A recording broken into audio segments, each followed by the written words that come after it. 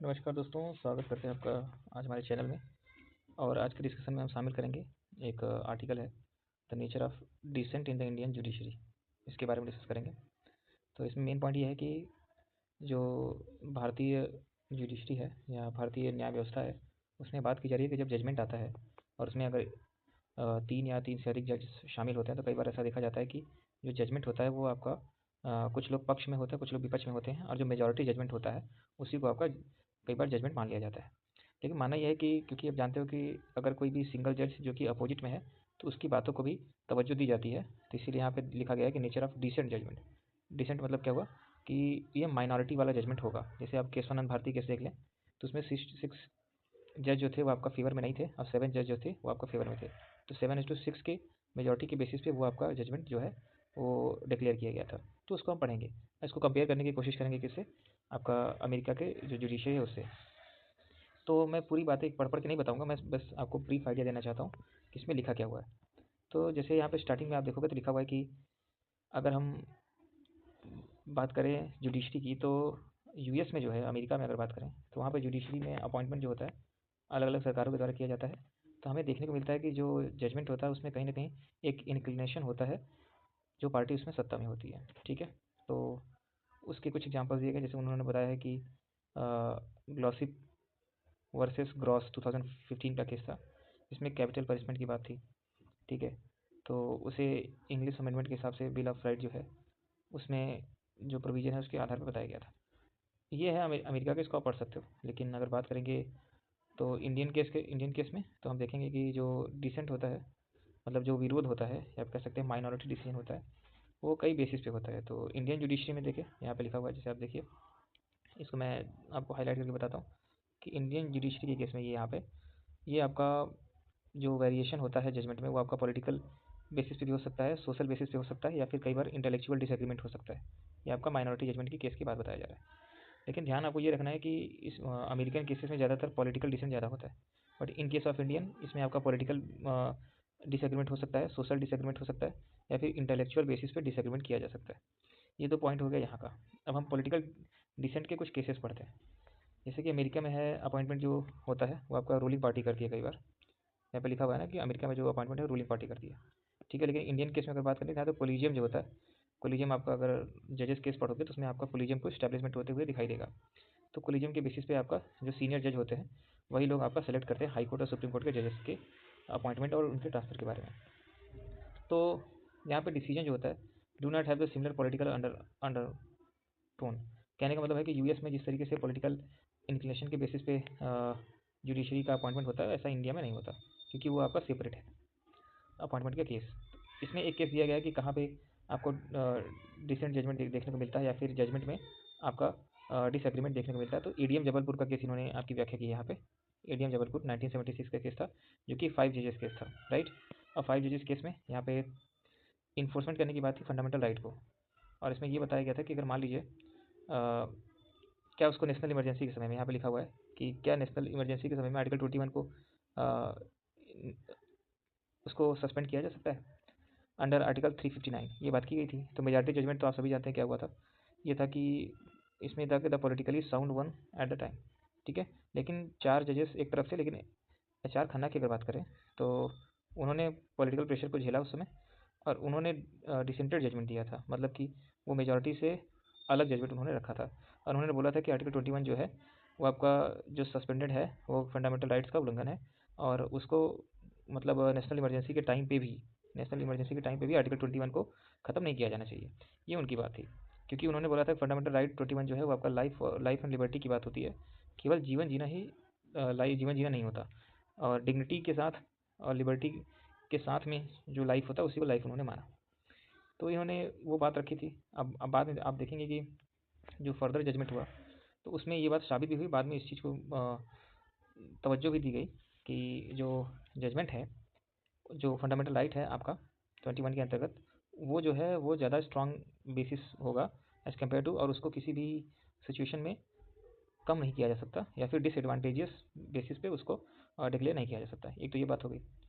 उसके बाद एक डिसेंस का और आपका केस है जिसको बोलेंगे, यहाँ पे बोला गया है पीवी नरसिम्हा राव केस 1998 का। अब इसमें क्वेश्चन क्या था कि जो पार्लियामेंट के अंदर जब अविश्वास प्रस्ताव होता है, तो उसमें अगर कोई भी क्या पैसे लेकर के वोटिंग कर सकता है क्या?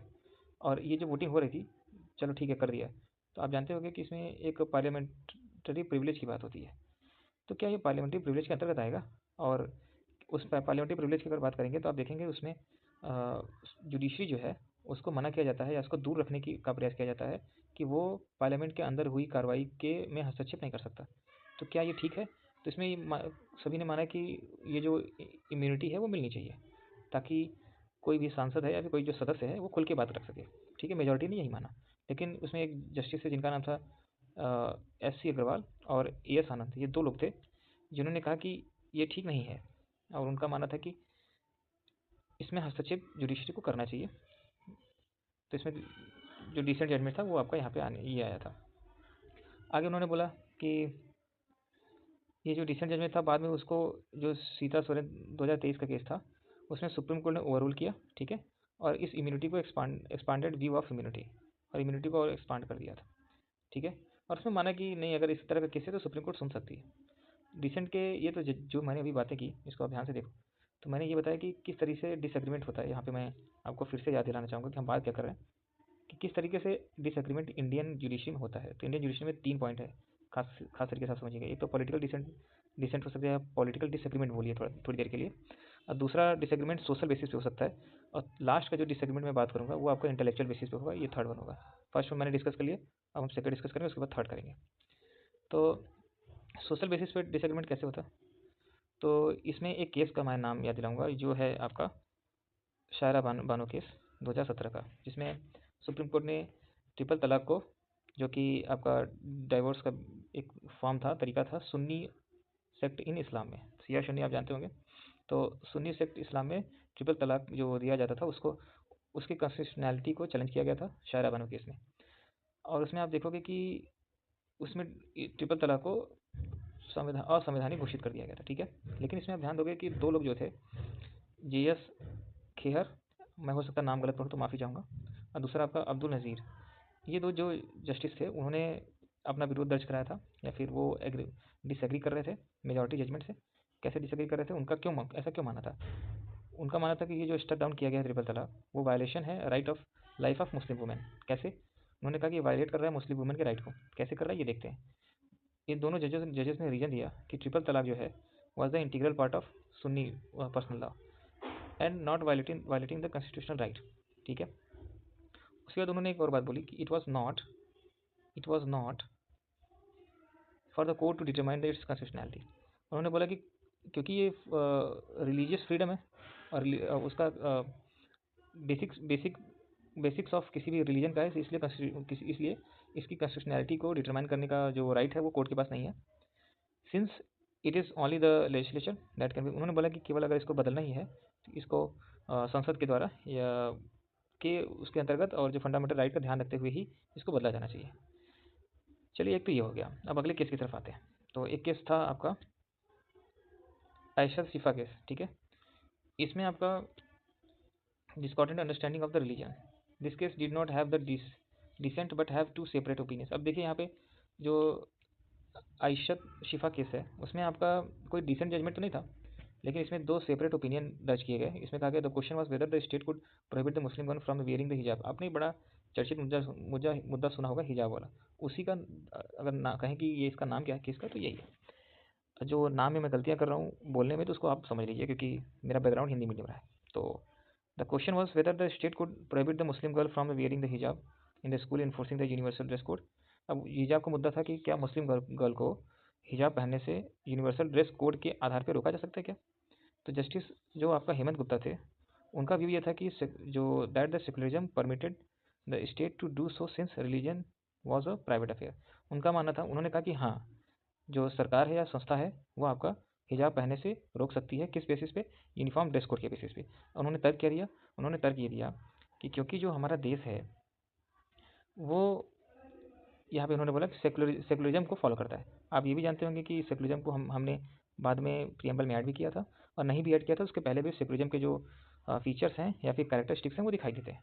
तो सेकुलरिज्म जो है वो परमिट करता है किसी भी स्टेट को कि वो रिलीजन को प्राइवेट अफेयर रहने दे, और क्योंकि जो इंस्टीट्यूशन है वो आपका पब्लिक अफेयर का काम है, इसलिए जो संस्थाएं हैं, सरकारी संस्थाएं हैं या फिर जो पब्लिक संस्थाएं हैं, वहाँ पे उनको रिलीजियस अफेयर को न करने से रोका जा सकता है, उनको न करने देने के लिए सपोर्ट किया जा सकता है। स्पष्ट शब्दों में मैं ये कहूँ कि हेमंत गुप्ता साहब ये कह रहे थे कि सरकार चाहे तो मना कर सकती है हिजाब पहनने से, ठीक है, ये इनका था। और बाद में उनका जस्टिस जो धूलिया थे, ठीक है, सेकंड जो थे, ऑन द अदर हैंड वो इससे डिसएग्री करते थे, ठीक है, डिसेंट नहीं था क्योंकि इसमें दो दो जजेस का ओपिनियन की बात हो रही है, तो इसमें डिसेंट कुछ नहीं था, लेकिन इसमें है कि दो लोगों का अलग ओपिनियन को यहाँ पे मान्य रखा जा रहा है। तो जस्टिस धूलिया साहब जो थे, उनका मानना था कि वो उनसे फर्स्ट जज के ओपिनियन से डिसएग्री करते थे, और वो कहते थे कि डाइवर्सिटी है, प्लुरैलिटी है और टॉलरेंस है, ये सभी वैल्यूज जो है वो आपका कॉन्स्टिट्यूशन के अंतर्गत आता है। मानते थे कि उनका उनका मानना था कि यूनिटी के नाम पे किसी की विविधता को ख़त्म नहीं कर देना चाहिए, ठीक है। दूसरा चीज़ मानते कि प्लुरैलिटी, ठीक है, हम लोग हिंदी में एक बार एक पेज पढ़ते हैं ना कि हमारी जो भाषाएं हैं, हमारा जो कल्चर है वो अलग भिन्न भिन्न है, लेकिन उसके साथ में इंटीग्रेट करके हम रहते हैं, तो ये प्लुरैलिटी की बात कर रहे हैं, सभी को सम्मान दें। टॉलरेंस मतलब एक दूसरे के प्रति की चीज़ों का, कैरेक्टरिस्टिक्स का सम्मान करना, उसके प्रति सहनशीलता का भाव होना, ये टॉलरेंस की बात हो रही है। ये सभी कॉन्स्टिट्यूशन के अंतर्गत जो है वो वैल्यूज़ में आते हैं, इसलिए वो डिसएग्री कर रहे थे। उनका मानना था कि हिजाब पहनने देना चाहिए, ठीक है, पब्लिक प्लेसेस में। ये भी आपका अगर माना जाए तो ये आपका सोशल डिसएग्रीमेंट हो गया, ठीक है, कि कैसे किसी भी केसेस में जजेस जो हैं वो आपस सोशल बेसिस पे डिसएग्री करते थे, ठीक है, करते थे या हैं, ठीक है, अलग अलग टाइम पे। अब थर्ड आता है कि इंडियन जुडिशरी में इंटेलेक्चुअल लेवल पे कैसे कोई भी डिसएग्रीमेंट करता है या क्रिटिकल हो जाता है। क्रिटिकल इसलिए कह रहा हूँ क्योंकि केस में जो केस तय होता है वो मेजोरिटी से तय होता है। अब मान लीजिए 4:1 आया, तो जो 1 पे रहा तो उसको हम थोड़ी देर के लिए मान ले रहे हैं कि वो इनसे जो है एग्री नहीं कर रहा है, ठीक है, तो उसी को क्रिटिक कह दिया गया। इंटेलेक्चुअल क्रिटिक क्या है, तो इसमें मेन पॉइंट है कि एक केस हम बताएंगे जिसमें है कि लालता प्रसाद वैश केस, ठीक है। तो ये केस 2024 का ही है, जिसमें इंडस्ट्रियल अल्कोहल का केस था, ठीक है। इसमें 9 जजेस का केस था, और ज़्यादातर जजेस जो है वो ये मानते थे कि जजेस of supreme court determine whether the state have the legislative competent to tax the industrial alcohol और does only the centre have the authority. Case क्या था, लालता प्रसाद वेस्ट केस में जो 2024 का केस था, उसमें यह था कि सुप्रीम कोर्ट ये डिटरमाइन करने बैठी थी कि क्या जो है सेंटर ही केवल इंडस्ट्रियल अल्कोहल पर टैक्स लगा सकती है, कॉम्पिटेंट है, या स्टेट भी जो है, स्टेट अथॉरिटी जो है वो आपका इंडस्ट्रियल अल्कोहल पे टैक्स कर सकती है। तो ये बात पॉइंट में था, तो डिसएग्रीड विद द 8 जजेस। तो उसमें जो एक जज थे जिनका नाम था नागरत्न, जस्टिस नागरत्न, वो जो है 8 जजेस के जो ओपिनियन था उससे वो वेरी कर रहे थे, वो डिसएग्री कर रहे थे, और उन्होंने कहा कि state could not tax industrial alcohol, और उनका मानना था कि स्टेट जो है वो आपका इंडस्ट्रियल अल्कोहल पर टैक्स नहीं लगा सकती। The disagreement was on the interpretation of the term intoxicating liquor under the entry 8 list 2 of the 7 section of constitution. आप जानते होंगे कि हमारे संविधान में जो आप शेड्यूल पढ़ते हैं आप, तो उसमें शेड्यूल नंबर अगर आप 7 पढ़ेंगे तो उसमें ये है कि यूनियन लिस्ट, कंकरेंट लिस्ट और उसके बाद स्टेट लिस्ट, ये दिया गया। तो उसकी एंट्री नंबर 8 जो है लिस्ट 2 का, तो उसमें जो है ये आता है, जो शब्द आता है वो शब्द है, अभी ऊपर दिया गया था, इंटॉक्सिकेटिंग वाला, इंटॉक्सिकेटिंग लिक्वर, ठीक है। अब पॉइंट ये आता है कि इंटॉक्सिकेटिंग लिक्वर जो है वो आपका इंडस्ट्रियल अल्कोहल को कवर करेगा कि नहीं करेगा, तो उसी पे जो ओपिनियन है वो आपका अलग अलग हो रही थी। देखते हैं, the majority believe that, majority क्या सोचती थी, मेजोरिटी सोचती थी, the majority believe that this legislative entry was broad enough to include the liquor unfit for human consumption. उनका मानना था कि ये जो एंट्री है वो इतना बताने के लिए काफ़ी है कि जो लिक्वर है वो आपका ह्यूमन कंजम्पशन के लिए ठीक नहीं है, and therefore industrial alcohol जो है, और इसके साथ में इंडस्ट्रियल अल्कोहल को भी इसी में शामिल किया गया। स्टेट को देयर फॉर टैक्स इट, इसलिए स्टेट जो है वो आपका टैक्स लगा सकती है, ठीक है। This reasoning did not sit well with the justice Nagarathna, लेकिन जिन्होंने अलग से ओपिनियन दिया था कि स्टेट गवर्नमेंट जो है वो आपका इसके लिए कॉम्पिटेंट नहीं है कि वो टैक्स लगाए, तो उनका क्या मानना था, who ओपाइंड that industrial alcohol is use for manufacturing purpose. आपने देखा होगा कई बार जो आप कई ड्रग्स बनती हैं या फिर कई दवाएं बनती हैं या फिर कीटनाशक वगैरह, कई जगहों पे अल्कोहल का यूज किया जाता है, तो इंडस्ट्रियल अल्कोहल का यूज वो भी है। तो उनका मानना था कि इंडस्ट्रियल अल्कोहल को मैन्युफैक्चरिंग पर्पज के लिए यूज किया जाता है and can not be submitted with in the intoxicating liquid, इसलिए उसको इंटॉक्सिकेटिंग लिक्वर में ऐड नहीं करना चाहिए, ठीक है, which is liquor for the human consumption. क्योंकि जो इंटॉक्सिकेटिंग लिक्वर को क्या माना जाता है, ह्यूमन कंजम्पशन के लिए माना जाता है, जबकि उसको इंडस्ट्रियल यूज के लिए काम किया जा रहा है। तो इंडस्ट्रियल यूज के लिए काम किया जा रहा है, तो उनका मानना है कि इंडस्ट्रियल यूज वाले जो भी अल्कोहल्स हैं उसको जो है वो आपका इस लिस्ट में नहीं रखना चाहिए, the different opinion was solely on the interpretation of the text of the constitution and intellectual one.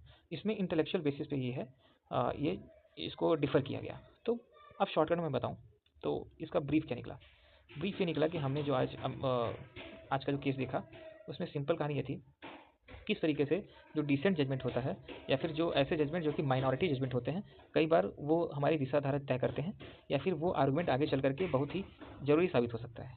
और इंडिया के केस में बोलेंगे तो ये जो डिसएग्रीमेंट है उसका 3 आधार है। आधार नंबर एक है आपका पॉलिटिकल डिसएग्रीमेंट, इसको मैं इस पेन से दिखा देता हूँ। पॉलिटिकल डिसएग्रीमेंट ये पहला आधार है। दूसरा आधार है सोशल लेवल पे, और जो थर्ड आधार है वो इंटेलेक्चुअल लेवल पे। मैंने उससे रिलेटेड केसेस ही बता दिए। मैं समझता हूँ कि आपको कुछ समझ में आया होगा, और क्योंकि कुछ प्रोनाउंसिएशन में दिक्कत हो सकती है तो उसके लिए मैं माफ़ी चाहता हूँ। धन्यवाद।